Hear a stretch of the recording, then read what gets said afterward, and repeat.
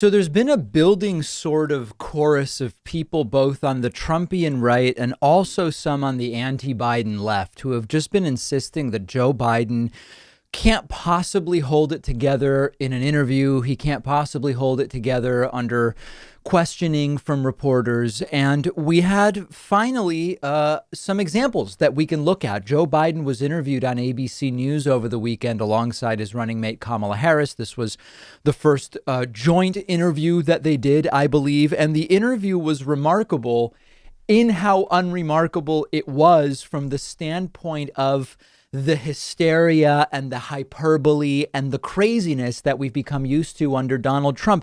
It was just like a boring political interview. Joe Biden answered questions and he answered follow-up questions, and he sounded like a politician, for better or worse, and was completely coherent.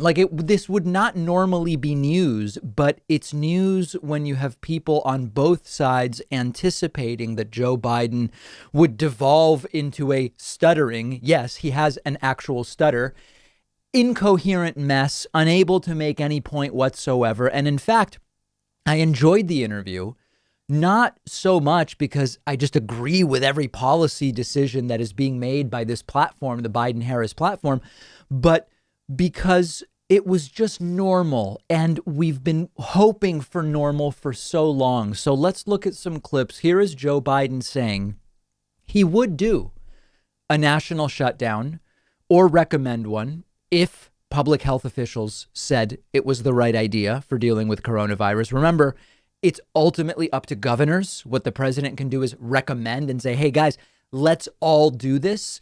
And remember that we still have a raging pandemic, over 180,000 deaths, as Donald Trump continues to insist we've done and are doing really well with the virus. Here is Joe Biden. Sworn in come January, and we have coronavirus and the flu combining, which many scientists have said is a real possibility. Would you be prepared to shut this country down again? I would be prepared to do whatever it takes to save lives, because we cannot get the country moving until we control the virus. That is the fundamental flaw of this administration's thinking to begin with. In order to keep the country running and moving and the economy growing and people employed, you have to fix the virus. You have to deal with the virus. So if the scientists say shut it down? I would shut it down. I would listen to the scientists. Now, immediately you had people come out and say, oh, my God, what a socialist authoritarian. He wants no country. He wants no economy. He wants no businesses. Come on, guys. Come on. Haven't we learned enough at this point? Haven't we seen what happened in other countries versus in the United States when people wore masks and they took social distancing seriously? And when you have to shut down sectors of the economy, temporarily you do it, but then you're able to reopen. Biden is not saying any. If you're shocked at what Biden's saying, then essentially you're saying the whole world handled it incorrectly. We handled it correctly, and we have one of the highest per capita death rates in the world. Biden is just being sensible. This is a medical situation. Just a candidate recognizing that distinguishes them from Donald Trump. We have to defer to public health and medical officials. That's it. That's what we need in this country. And people are going crazy about authoritarian Joe Biden. Now, on top of that, had we done a 2-month coordinated shutdown, meaning essential businesses only, everybody wears masks, no school, back in April or May, we never would have gotten to where we are today, which is in an emergency situation with one of the worst coronavirus responses in the world.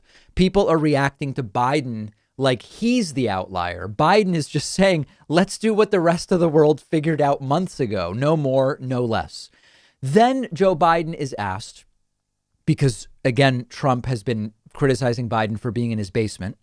Joe Biden was asked, can you win a presidential election from your house? Take a look. I understand the restrictions of COVID and campaigning in this time, but can you win a presidential election from home? We will. We're going to follow the science, what the scientists tell us. We've been able to travel places when we've been able to do it in a way that we don't cause the congregation of large numbers of people. Look what happens, what's happened with his events. People die. people get together, they don't wear masks, they end up getting COVID, they end up dying. So when you hear the president say this guy's afraid to leave his basement, guess what? I have left my basement, but here, in the meantime, 500 million people have watched what I've done out of my basement. And guess what? People are listening. People are listening. It's about being responsible. I really think that this is creating controversy where there is no controversy here. And what's going to be really interesting is for 3.5 years, we've had this narrative from Trump that the fake news media is all against him. All the media is against him except Fox News. And even Fox News sometimes is against him. So you've got to go to OAN to find fair media. What a lot of people have forgotten, I have not forgotten it, is that the myth of the liberal media is a myth. This is a corporatist media with a penchant for salaciousness and controversy. And right away, they are taking hook, line, and sinker every narrative set by Trump. Here, they're asking about Biden in his basement. Guys, there's a pandemic. Biden's being responsible. That's it. Okay. And then they continue to take the bait, corporate media does, by asking Biden about the attacks Donald Trump has been making against Biden on his cognitive fitness. Now, I happen to think it's fair when you have candidates that are in their 70s, Trump now mid 70s, Biden closer to 80. It's totally reasonable to ask about cognitive fitness. But what's fascinating here is that supposedly fake news, left-leaning corporate media, they're taking Trump's bait on every one of these issues. Biden in the basement and now Biden's cognitive fitness. I want to turn to the blistering attacks we've seen from President Trump just this week alone on your mental fitness, whether you're up for the job. His campaign has called you diminished, and I'm curious how you would respond to that. Watch me, Mr. President, watch me. Look at us both, what we say, what we do, what we control, what we know, what kind of shape we're in. Come on. Look, I think it's a legitimate question to ask anybody over 70 years old whether or not they're fit and whether they're ready. But only thing I can say to the American people, it's a legitimate question to ask anybody. Watch me. Let's put the attacks aside then. The American people remember Ronald Reagan was 77 when he left office. You would be 78 entering office. And you have said yourself that you are a transition candidate.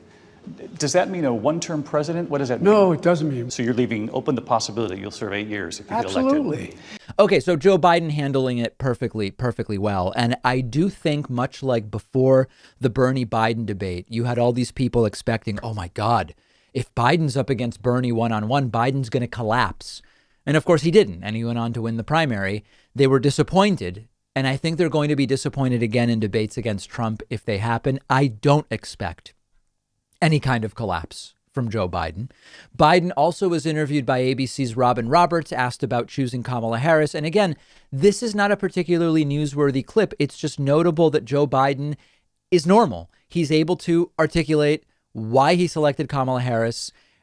He's able to speak in complete compound sentences. We've just become unaccustomed to it. Take a look. There's a connection there that I'm going to talk more about where it comes to Beau and other aspects of family. You alluded, Mr. Vice President, about the fact that you made it clear early on that you were going to select a woman to be your running mate. You select a woman of color. Did you do that to rally your base? Did you feel pressure to select a black woman? No, I didn't feel pressure to select a black woman, but what I do think, and I've said it before, and you've heard me say it, I probably said it on your show with you, is that the government should look like the people, look like the country. 51% of the people in this country are women. As that old expression goes, women hold up half the sky. And in order to be able to succeed, you've got to be dealt in across the board. And no matter what you say, I cannot understand and fully appreciate what it means to walk in her shoes, to be an African-American woman with an Indian-American background, a child of immigrants. She can't assume exactly what it's like to walk in my shoes. What we do know is we have the same value set, and I really mean that. And so it was easy for me. It was an easy decision to make, although there are an enormous number of really qualified women. I spoke to every single woman that was on the list before and the day I made the choice. Before anything was announced, I called every single one of them. So what was the tipping point? The tipping point was There were several things, but it just seemed to fit the closest and the best. I thought I understood, and I think I understand where she comes from, what her instincts are, her character. I watched her take on the big banks. I watched her take on the gun lobby. I watched her the way she was a prosecutor. I watched her as a United States senator. Isn't this so weird that Joe Biden just answers questions and stays on topic and doesn't ramble and again, uses compound sentences? Now then, asked whether she still agrees with her prior call for more police officers on the streets, which has been really the big liability for Kamala Harris, she doesn't directly answer, as politicians often avoid doing. Instead, she praises Black Lives Matter as important. There's also been a national conversation about policing. And you know the name that you have, Kamala, Top Cop. And the book that you wrote 10 years ago, Smart on Crime, where you concluded by saying that you wanted to see more police on the street. Do you still feel that way? Listen, I think that there is no question. First of all, when I wrote that book, Black Lives Matter did not exist.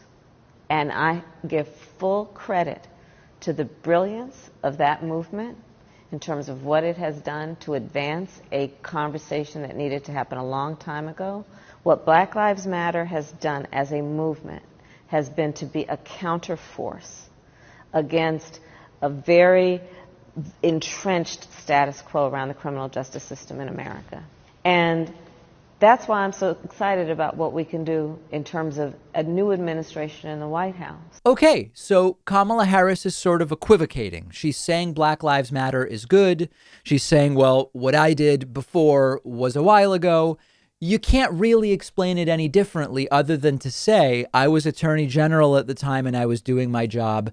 This is standard politics and we don't have to like it. But again, it's not about whether you accept Kamala's answer. It's about the reality that these are just normal people who relate to the media normally, who relate to their families normally, who can complete a thought. And that has been so missing for years in this country. Meanwhile, Donald Trump did not have a very good weekend. Let's talk about that next.